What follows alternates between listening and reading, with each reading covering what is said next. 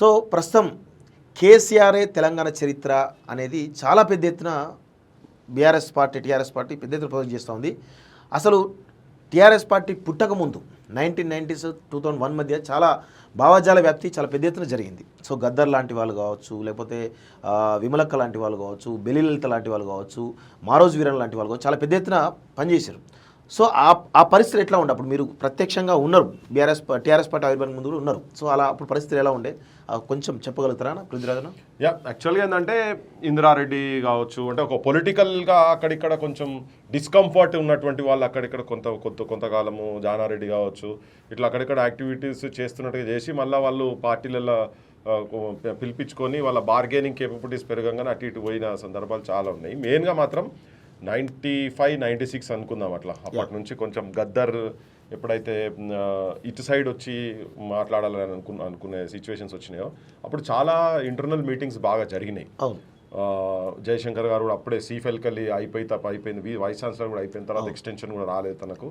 ఆ టైంలలో కూర్చున్న టైంలో గద్దరన్న కావచ్చు, ముచ్చరత్న గారు కావచ్చు, మా ఇంట్లో కూడా చాలా చాలా మీటింగ్ జరిగినాయి. జయశంకర్ గారి తర్వాత ఈవెన్ ఇన్నారెడ్డి గారు కావచ్చు, తర్వాత పాషం యాదగిరి గారు కావచ్చు, కేశవరావు జాదవ్ గారు, ఇట్లా చాలా కూర్చున్న క్రమంలో కొద్దిగా గద్దరన్న జనరల్గా ఏంటంటే కొద్దిగా పెద్దవాళ్ళు అంటే రెస్పెక్ట్ చేసేది. మా నాన్న ముచ్చరత్న గారు అంటే కూడా బాగా అభిమానం ఉండే.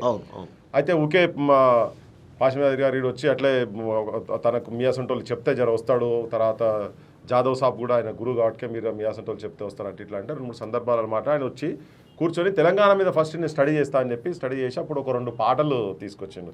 అమ్మా తెలంగాణమా ఆకలి కేకల గానమా అని చెప్పాను. అమ్మా తెలంగాణమా ఆకలి కేకల గానమా అమ్మ నీకు వందనాలమ్మో, ఇట్లా ఒక 2 సాంగ్స్ తెలంగాణకు జరిగినటువంటి తెలంగాణ అస్తిత్వానికి సంబంధించినటువంటి, తర్వాత తెలంగాణ సమస్యల గురించి.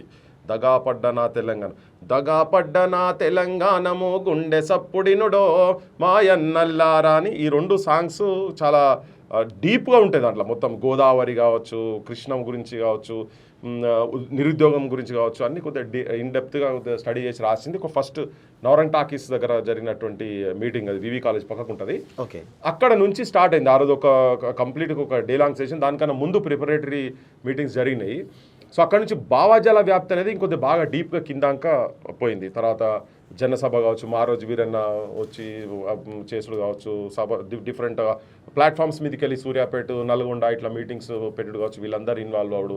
ఇది ఒక్కసారి వచ్చిన తర్వాత ఈవెన్ బెల్లిలలిత లొల్లి లొల్లి లొల్లి బుట్టే ఊరు వాడ లొల్లి బుట్టే పట్నాముల్ల లొల్లి బుట్టే లొల్లి లొల్లి లొల్లి బుట్టే అని అలా ఎప్పుడైతే బెల్లిలలిత ఫోర్ ఫ్రంట్లోకి వచ్చి కూర్చున్నదో, ఈవెన్ మిత్ర రాసినటువంటి సాహిత్యం కూడా పల్లె పల్లెనా పల్లేర్లు మొలిసే పాలమూరులోనా మా తెలంగాణలోనా పాత గోడలు పందిరి గుంజలు సిన్నబోయినాయి ఇండ్లు దుమ్ము పట్టినాయో.